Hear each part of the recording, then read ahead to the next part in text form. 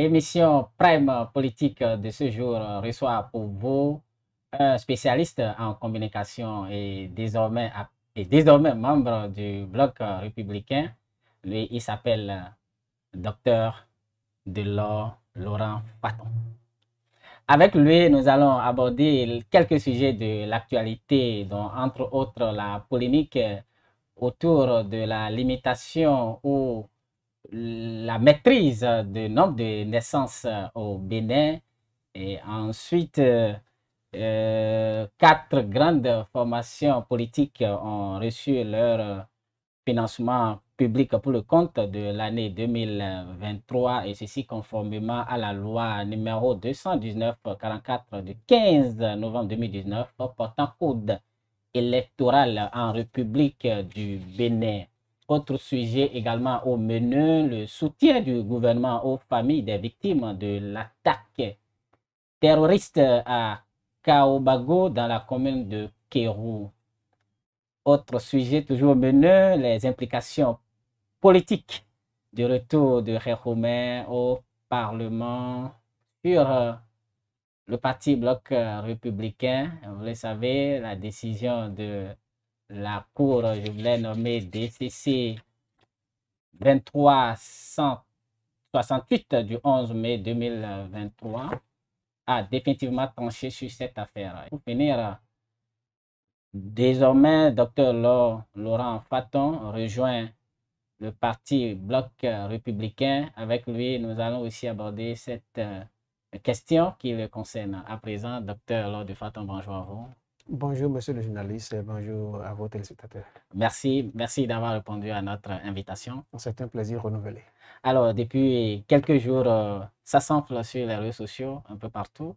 Information selon laquelle le gouvernement souhaite aller aux assises et réfléchir un peu sur comment limiter un peu le nombre de naissances ou gérer un peu autrement cette affaire. Je pense conformément aux décisions de la CEDEAO ou de l'espace CEDEAO, bien sûr, en 2017, je crois que cette initiative était déjà en cours. Ça fait partie d'une des décisions des sections de l'espace CEDEAO en ce temps. Alors, quelle lecture avez-vous à faire par rapport à cette polémique ou cette décision, je dirais? Vous savez, c'est une polémique justifiée. Merci. Justifiée en ce sens qu'au Bénin, nous sommes d'une certaine culture, d'une tradition. Où pour nous, de par notre culture, l'enfant est considéré comme une richesse. Et celui qui n'en a pas est considéré comme un infécond, quelqu'un qui n'a pas de valeur dans la société béninoise et africaine en général. Alors, en avoir nombreux, c'est encore une force et une richesse, comme je l'ai dit tantôt. Alors, quand on entend qu'on veut limiter, c'est normal que celui qui est d'une tradition pareille puisse avoir quand même des réactions. Mais je pense que le porte-parole du gouvernement a été clair. Sur la question. Il a dit que ce n'est pas une question de limitation, mais c'est une question de réflexion sur la question, sur le sujet. Vous savez, même dans nos familles, à des moments donnés, quand vous avez des frères qui mettent beaucoup d'enfants au monde, on s'inquiète. C'est sur un aspect. Est-ce qu'il arrive à les nourrir? Est-ce qu'il arrive à les habiller? Est-ce qu'il arrive à les instruire? Est-ce que les enfants subissent les 5 besoins? Les 5 besoins fondamentaux de l'homme. Mais on n'est plus à ces 5 besoins déjà. On a déjà dépassé les 5 besoins fondamentaux de l'homme. À combien déjà? Écoutez, les besoins évoluent avec le temps. Aujourd'hui, avoir accès au numérique, c'est un besoin. Vous comprenez, il y a d'autres besoins qui se sont augmentés. Les questions environnementales aujourd'hui, les besoins aujourd'hui, vivre dans un environnement sain, parler des besoins aujourd'hui. Ça veut dire que les besoins ont évolué. Mais ne pas faire le minimum de ces besoins, ça pose un problème d'abord familial. Et quand on l'élève au niveau national, c'est normal qu'on y réfléchisse. Y réfléchir n'est pas le sujet à polémique, ne devrait pas être le sujet à polémique. C'est les options qu'on prendrait si éventuellement la réflexion devrait s'orienter dans un sens. Mais comme c'est une réflexion, ce que je souhaite vivement est qu'on rassemble toutes les compétences nécessaires et toutes les couches les plus concernées par la problématique, afin qu'on fasse des discussions élargies, pour qu'on ne se précipite pas. D'abord, le fait de renvoyer ça à une période un peu lointaine, ça montre déjà qu'on veut prendre les précautions qu'il faut. Parce que c'est assez délicat. Grand compte de nos réalités socio-culturelles et culturelles. Et aussi en tenant compte de la dynamique du monde. Parce qu'on aura beau tout dire, il faut savoir que la démographie fait partie des facteurs fondamentaux d'un développement. Un pays démocratiquement faible ne peut pas faire face aux questions de développement. Parce que pour créer de la richesse, il faut de la main-d'œuvre. Et quand la richesse est créée, il faut aussi une population pour consommer. Vous comprenez? Bien sûr. Consommer avec de toute évidence, c'est un sujet qui mérite réflexion, mais qu'il faut prendre les gants pour ne pas tomber dans les travers que nous connaissons dans certains pays où on limite les naissances et in fine, dans quelques années, on se rend compte qu'on a une population vieillissante. Alors que nous, on a besoin d'une population jeune en Afrique. Parce que les défis de développement sont énormes. Il faut une main-d'œuvre qualifiée, mais dynamique pour pouvoir faire face aux questions de développement. Et qu'il ne faut pas prendre le sujet avec légèreté. Il faut rassembler toutes les têtes pensantes autour du sujet, mais aussi rassembler des gens qui sont culturellement bien assis pour qu'on aborde tous les côtés et même les côtés d'ordre spirituel et socio-culturel. N'est franchement pas politique. N'est pas politique, c'est un débat purement de démographie, c'est un débat de développement, un débat de population. Parce que c'est aussi une question politique quand on prend le côté électoral. Bien sûr. Parce que ce n'est pas quand même concevable qu'on puisse diminuer la population sans tenir compte aussi des réalités politiques. Parce qu'on a besoin aussi de la population pour la politique. Des projections. Ça veut dire que ce qui est prioritaire est qu'on fasse une réflexion départie de toutes les pressions qu'on pourrait avoir de l'extérieur. Parce que ce n'est pas toujours évident que ceux qui sont à l'extérieur veuillent notre développement. On le connaît. Toutes les politiques ont été élaborées depuis les années 60. En 2017, vous vous êtes prononcé sur la question. Toutes les politiques qui ont été élaborées depuis 1960 ont montré quand même que ceux qui nous aident ne veulent pas tout le développement. On le sait. En tout cas, ils ont leur agenda. Bien sûr. À nous d'avoir notre agenda personnel par rapport à nos réalités et à nos ambitions de développement à l'horizon moyen et long terme. Et c'est en fonction qu'il faudra réfléchir. Parce que n'oubliez pas aussi un autre facteur. Hein, nous sommes en tous les pays. Il y a le pays de notre voisin de l'Est qui est un grand pays avec une démographie très forte. Si on ne sait pas faire, il risque d'envahir le Bénin parce qu'on aura laissé l'espace pour eux. De toute évidence, je pense que c'est un sujet qui mérite réfléchir, d'être débattu. Mais dans plusieurs aspects. Parce qu'on peut avoir une population assez nombreuse, mais si l'État a les moyens qu'il faut pour les former, pour leur donner les compétences nécessaires et créer en même temps les espaces de recrutement et d'emploi, le problème ne se poserait pas. C'est-à-dire qu'on peut tenir compte de la forte démographie ou de notre forte démographie pour projeter. La question peut seulement tourner autour de comment projetons-nous le développement par rapport à une telle population. Et ne même pas aller dans le sens où les gens pensent. On peut dire si à l'horizon 20 ans, on peut avoir une telle population, quelle dynamique on met en place pour ne pas avoir un boom qui pourra nous engloutir demain.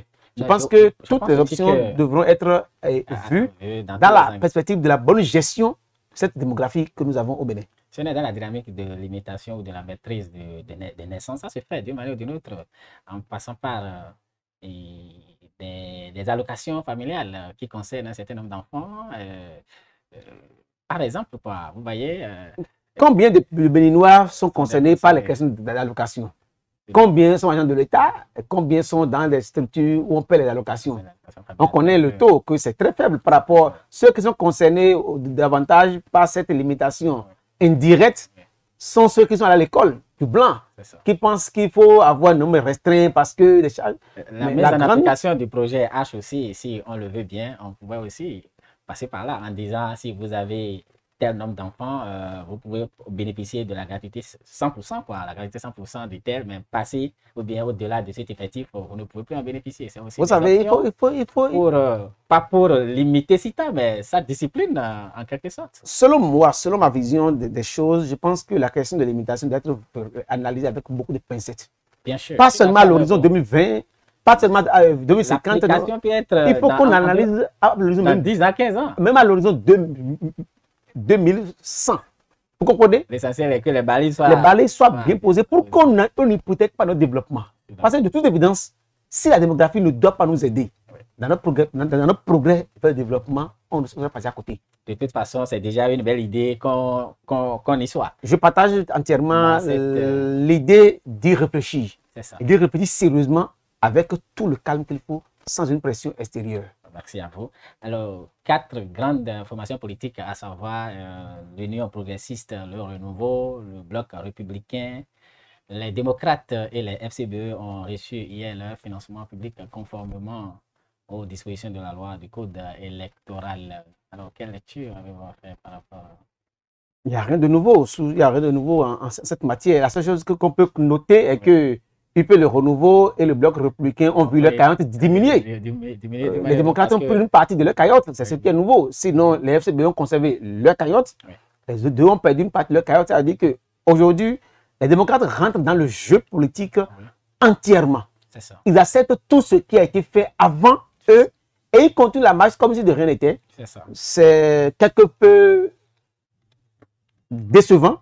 Décevant de voir des gens qui ont combattu une réforme, les accepter sans la moindre contestation, sans même une proposition alternative. Parce qu'ils ne proposent rien, ils avalent tout, ils acceptent tout, ils avancent. Ils ne proposent rien. Ils ne proposent rien par rapport à ce qui a été fait avant eux. Ils sont rentrés dedans et ils prennent tout et tout avance. Loi, en quelque sorte, quoi. Tout avance comme si de rien n'était hier. Je pense que si on veut faire la politique, il faut trouver encore d'autres moyens pour mieux la faire, pour être beaucoup plus crédible, parce que ça ne donne pas de la crédibilité. Ce qui se passe aujourd'hui, c'est les acquis de nous, membres FCBE de 2019, qui avaient été traités de tous les noms.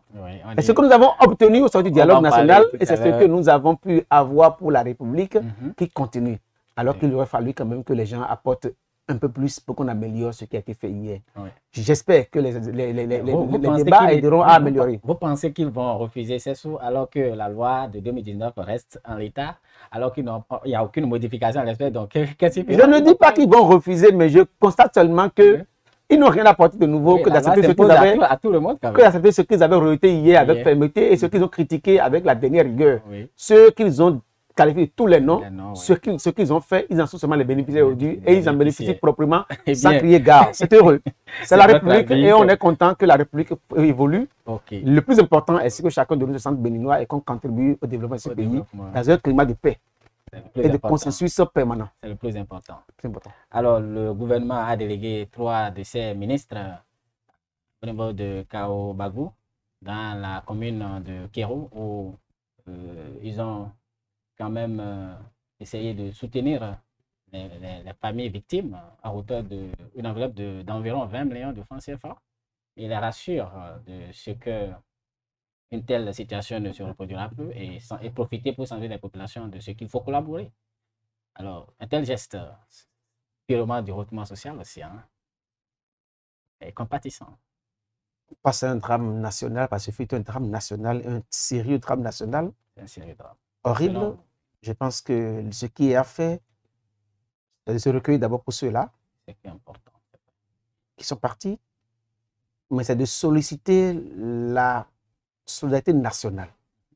Ce n'est pas simplement une question du gouvernement, c'est une question nationale. Bien sûr. Que le gouvernement aille au secours des victimes, leur apporte des soutiens financiers, c'est heureux. Mais je pense qu'il y a au-delà. Ce que le gouvernement fait, je salue ce gouvernement. Bien sûr. Mais j'invite à ce qu'on accompagne davantage les gens psychologiquement. Je pense qu'il faut déployer un arsenal de spécialistes en psychologie, pour psychologie surtout, pour travailler, parce que ce que les gens ont vu, c'est de l'horreur. C'est un traumatisme profond. En dehors de soutien financier et matériel qui pourra les aider, je pense qu'il faut qu'il y ait un travail psychologique. Je ne sais pas comment les spécialistes nous avons dans le domaine au Bénin, mais il faut leur faire recours. Moi, je lance un appel au gouvernement. Il faut faire recours aux spécialistes en psychologie et agents je dirais, les agents de services sociaux pour qu'ils puissent rencontrer ces populations par groupe, échanger avec eux, leur donner une autre lecture de la situation et les enlever de ce traumatisme profond. Parce que imaginez que soit un seul individu qui soit tué dans ces conditions. Je n'ose pas le dire et que c'est des dizaines, c'est nombreux. Je pense que cet aspect est le plus important. Mais au-delà de cet aspect, je pense que on doit œuvrer à ce qu'on n'ait plus jamais de ces actes. Le gouvernement fait beaucoup de choses en matière de sécurité, mais je pense qu'il faut davantage redoubler d'efforts. Davantage sécuriser les zones dans lesquelles ces soi-disant délinquants ou bien djihadistes opèrent régulièrement. Il faut davantage déployer, notre armée nationale avec des moyens conséquents. Mais surtout, œuvrer avec la population soit davantage se sentent concernés pour donner les informations. Parce que ceux-là ne sont que dans la population. Il faut que la population prenne davantage conscience que on ne sait pas quand ça vient et sur qui ça va tomber. Ceux qui sont frontaliers à ces zones, ceux qui sont dans cette zone, je pense qu'au-delà de la peur, il faut que le sens patriotique les habite pour qu'ils puissent filer l'information à qui de droit afin qu'on puisse enrayer ce phénomène qui ne fait que nous traumatiser, qui ne fait que nous déstabiliser dans notre progrès au développement, parce que normalement, on doit plus consacrer d'énergie à ces questions, consacrer l'énergie aux questions qui nous préoccupent davantage, parce qu'on a des problèmes plus sérieux, mais quand ça s'ajoute, ça devient drame. Absolument. Je pense que le gouvernement est à pied d'œuvre pour quand même réduire ou limiter ces genres de terreur. Je pense que ce qui se fait n'est pas mal, mais on doit aller davantage plus en profondeur et manifester plus je dirais, de poigne face à ce mal. Ça veut dire que votre message, je suis d'accord aussi, il faut également que des acteurs politiques, que ce soit de l'opposition, de la mouvement. C'est pour ça que je dis que c'est un drame national, que tout le monde, ceux qui sont des psychologues peuvent se lever en groupe pour aller accompagner cette situation. Attendre un financement. Ce n'est pas une question de gouvernement, c'est une question nationale. Que ceux qui ont des moyens économiques et matériels aillent au secours des gens. Si des gens ont des connaissances, des relations qui peuvent les aider à faire dépasser d'autres personnes qui sont cassées sur cette question, pour venir aider cette population, je pense qu'il faut les aider à sortir de cette terreur. C'est une terreur de laquelle il faut aider les gens à sortir. C'est une terreur. Ok. La décision de la Cour constitutionnelle est sans recours, mais toutefois, ça n'empêche pas quand même de commenter un tant soit peu. Alors, définitivement, Hervé Romain pourra siéger à l'Assemblée nationale. Vous savez, en dehors des polémiques qui sont liées, qui sont nées au lendemain de sa lettre de retour à l'Assemblée, je pense que c'est un jeu connu d'avance. C'est ça. Connu d'avance, parce qu'en étant suppléant de quelqu'un, du moment où la loi a été votée et dit que le suppléant, si le titulaire allait à un poste, il va revenir, celui qui est suppléant de quelqu'un sait déjà qu'à tout moment, on peut le révoquer. Vous comprenez? Ça veut dire que sur le principe, ils sont d'accord sur le principe. Ce qui s'est passé par la suite, ça relève des jeux d'acteurs. Des jeux d'acteurs. D'abord des jeux d'acteurs d'abord et des interprétations. Mais ça ne m'intéresse pas. Ce qui m'intéresse, c'est le principe de base. C'est ça. À la base, le principe est acquis. D'abord, je suis d'accord. Que quelqu'un qui est suppléant, c'est que si éventuellement, tu appelles à un autre poste supérieur, il peut revenir, il pense le poste. Si on est d'accord sur le principe de base, ce qui se passe à l'intérieur ne m'intéresse pas trop. Donc, on estime qu'il n'avait pas siégé. Qu'il ait siégé ou pas siégé, du moment où vous avez été son suppléant, ce qu'on veut devrait arriver, on le savait. C'est que ça arrive, je ne vais pas rentrer dans les questions d'humeur, dans les questions d'individus, non. C'est le principe de base qui est acquis. Est-ce que cette décision ou le retour au Parlement de M. Hervé Romain, désormais honorable encore, pourrait avoir des implications politiques au niveau de son parti? Mais c'est une évidence. Les implications seront non seulement pas politiques, d'abord individuelles, sont d'abord liées à la circonscription électorale et seront aussi liées aux partis politiques. Mais c'est la gestion qu'on en fait qui est le plus important. Vous savez, suppléant, député, et ne plus être député, ça a quelques conséquences sur d'abord la personnalité, sur l'image, sur le statut social et consorts. Et derrière, il y a une population derrière l'individu. Bien sûr. Ceux-là ne veulent même pas comprendre ce qui s'est passé. Hein. Il va savoir s'il y a eu accord ou pas. Non. Eux, leur leader est devenu député, on lui arrache son poste ou pas. Les autres de celui qui est revenu au Parlement seront contents que leur leader est revenu au poste. Tout ça, c'est des conséquences qu'on peut avoir. Mais tout dépend de la gestion qu'on en fait. Mais au niveau du parti, d'ailleurs, proprement dit, quelles conséquences on peut avoir? Non, c'est la même conséquence. Hein. Si les acteurs en jeu n'ont pas la discipline du groupe, ça peut déstabiliser les bases. Voilà. Les bases fidèles à l'un ou à l'autre. Comprenez? Mais tout le sujet est au niveau de la gestion qu'on en fait au sein du parti. Parce qu'il peut y avoir pire que ça et que sans que le parti ne bouge. Je suis du parti, je demeure du parti. S'il y a des jeux de psychologie qui arrivent, on assume et on continue. Ce sont ce que les acteurs individuels feront qui va avoir des conséquences sur le parti ou pas. Parce que ce sont eux qui sont les leaders. S'ils donnent un mot d'ordre, leur base aussi. C'est-à-dire que les remous qui ne se sont pas produits depuis quelques jours n'auront qu'une incidence sur le parti en réalité si les acteurs ne s'emportent pas eux-mêmes. Mais nous avons affaire à des acteurs majeurs, d'expérience avérée. Je pense qu'ils seront prendre la hauteur pour que le parti n'en subisse pas les conséquences. Alors, désormais ex-député, l'honorable Janvier Yawédéo a pris acte de la décision à travers un message et il dit en a mieux et qu'il s'engage pour le développement de son pays. Vous savez, c'est peut-être que tu as dit que ce sont des acteurs majeurs. Ouais. Qui dit Yawédéo remonte à l'histoire quand même de ce pays. On connaît qui Yawédéo, il a fait les grands combats. Je ne pense pas que c'est pour un poste à l'Assemblée qui va perdre le sens de son combat. Il a si bien notifié dans son message. Je pense qu'il a pris de la hauteur et c'est ça qui est important. C'est le plus important, la hauteur qu'il prend. Et je voudrais aussi qu'il ait de la hauteur par rapport au parti, par rapport à son frère, ami et camarade politique. Ok, et il le fera bien sûr.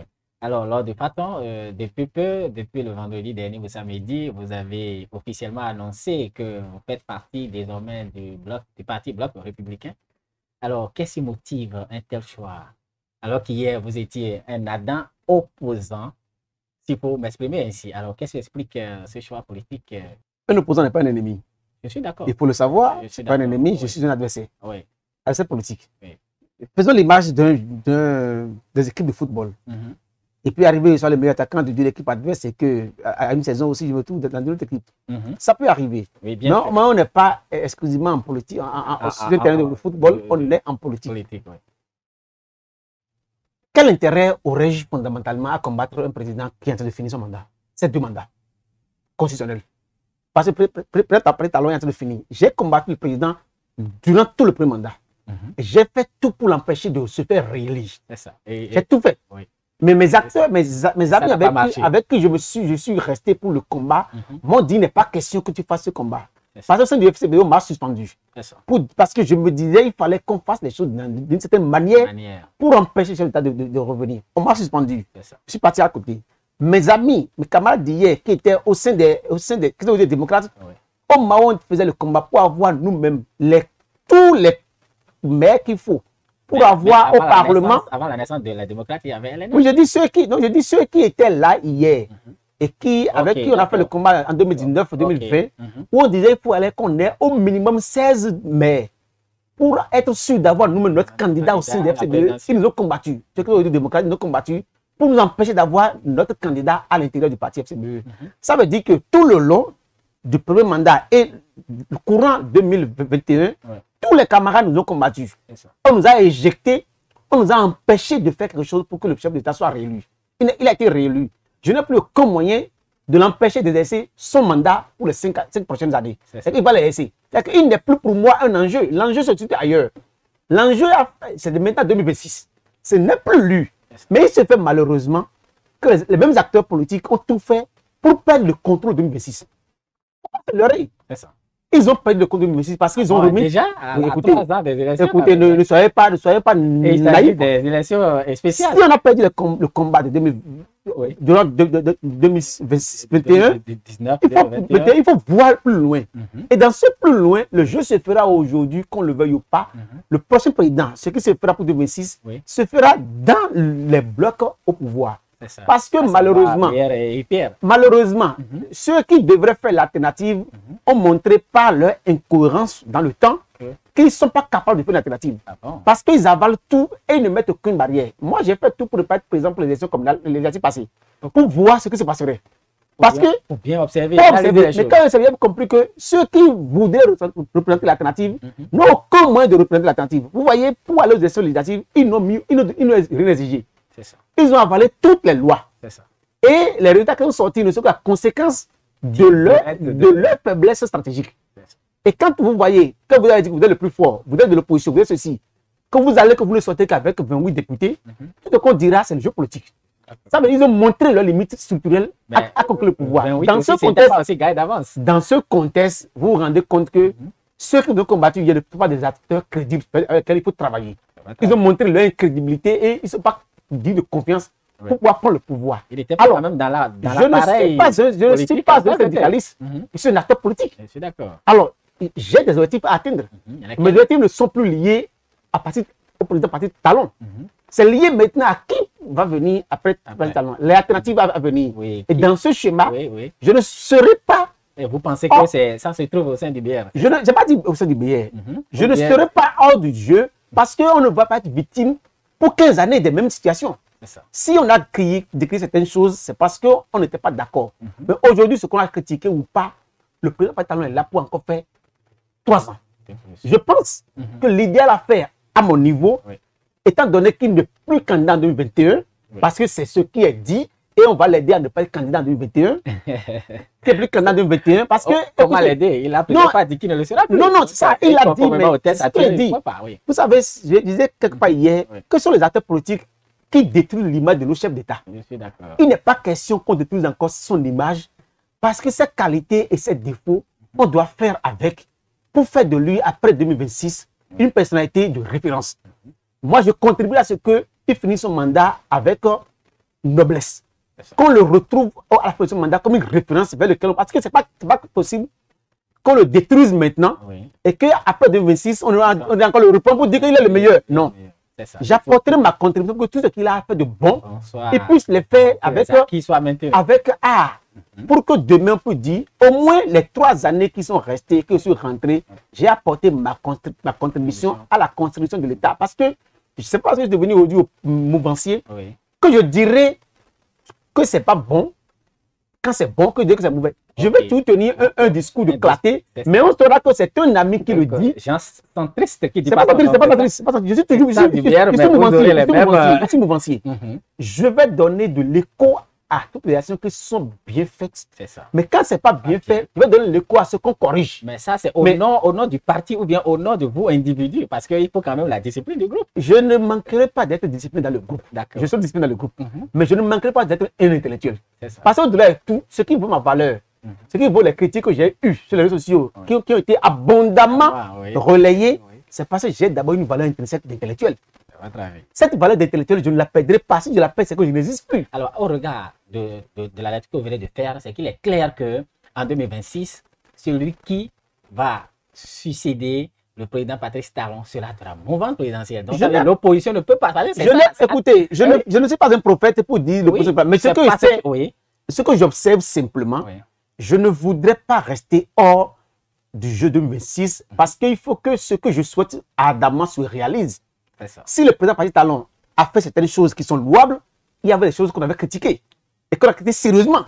Et parmi les choses que j'ai critiqué le système partisan. J'ai dit que c'est une avancée. J'ai dit que c'est une avancée. Mais cette avancée porte encore des lacunes qu'il faut corriger. Entre les lacunes, je dis, tant qu'on ne mettra pas l'idéologie au cœur des partis politiques, ce sera une lacune.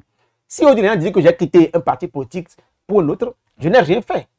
Parce que le cadre idéologique n'est pas structurel pour aider les gens. Le problème qui se pose aujourd'hui, vu votre position d'opposition politique tranchée, beaucoup espéraient vous voir peut-être soit au niveau du parti Les Démocrates, tout au moins. Je n'ai jamais été opposition tranchée. Parce que j'ai été l'un des acteurs majeurs. De valeurs ou de repères se pose au niveau de la jeunesse. J'ai été l'un des acteurs majeurs qui ont soutenu les réformes du système partisan. Bien en y mettant des bémols. J'étais parmi ceux qui ont accepté le dialogue national.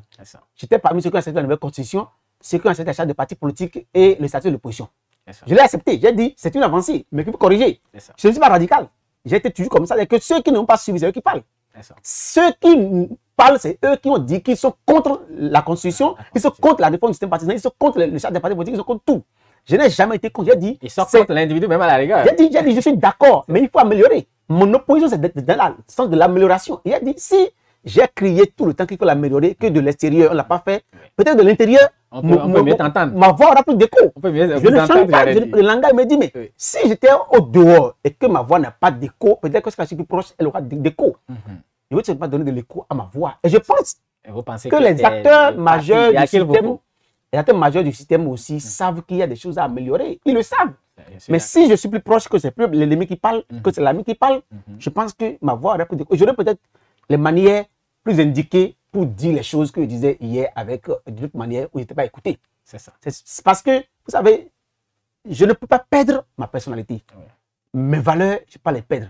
Mais étant acteur politique, à des moments donnés, il faut savoir utiliser les armes qu'on a de manière structurelle et stratégique. Parce que si j'ai échoué avec mes amis qui n'ont pas compris au sein de mon combat, je pense que ceux qui combattaient hier peuvent comprendre mieux au sein de mon combat. Parce qu'ils l'ont compris, s'ils n'ont pas compris ce qu'on a eu comme avancée, on ne l'aurait pas eu. Parce qu'au moment où tout le monde refusait le dialogue, on a dit qu'on y va, on peut avoir quelque chose à ramener. Ce qu'on a ramené, je suis heureux qu'aujourd'hui les démocrates aillent prendre 118 millions de francs CFA. C'est ce qu'on a ramené.